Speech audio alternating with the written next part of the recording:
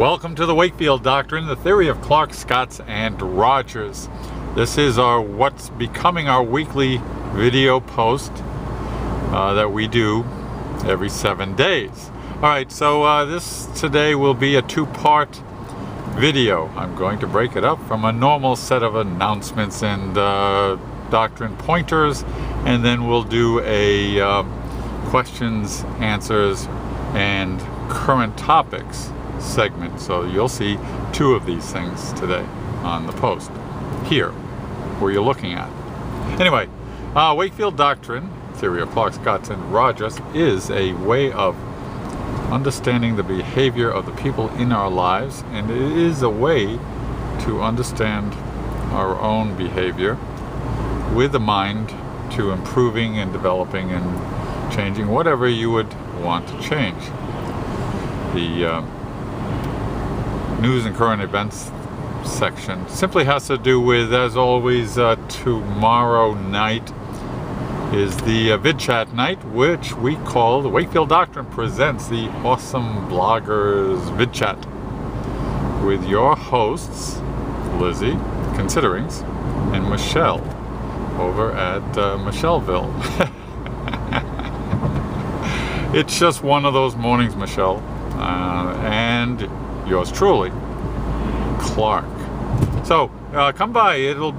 We've been starting at 7 p.m.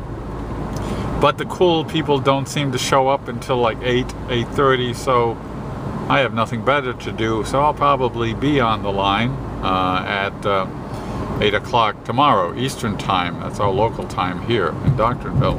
So it's a Google Hangout Plus. You need to be in a circle. You need to let me or Lizzie or Michelle know that you would like to attend, and we'll send you out an invitation. Invitation only. How cool have we become that we are doing this thing that people are clamoring for? Clamoring, huh? All right, so let's keep this relatively short.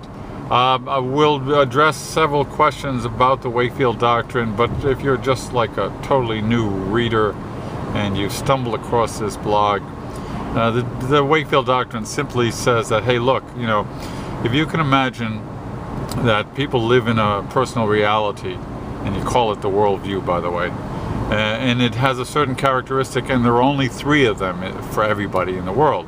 In other words, you're born, you have a choice, not really, you have a choice of 3 worlds, 3 characteristic worlds that you will grow up and develop your social skills, coping skills, strategies, and such with. Not that you have a conscious choice, but we all go to one. We go to the world of the outsider.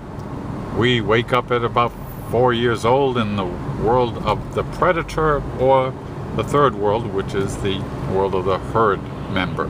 That corresponds, of course, to Clarke, Scott, and Rogers. And the doctrine differs from everybody else, is that we don't really care if you like spaghetti. We don't care what your favorite color is or what kind of women you would rather have that you don't have. The doctrine doesn't care about those things. That's our strength. What we do care about is that we successfully infer how you're relating yourself to the world. When I know how you relate yourself to the world, then I know the character of that world, and it'll be one of 3. It'll be the world of the Clarke or the Scott or the Roger.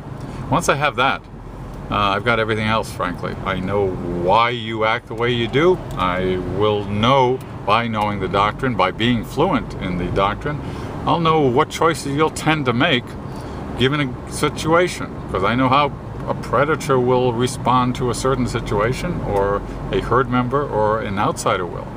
So I got that kind of down. That's the whole strength of the Wakefield Doctrine. You learn the characteristics of the 3, you practice it so that you recognize a Clarke, a Scott, and a Roger, and you take it from there.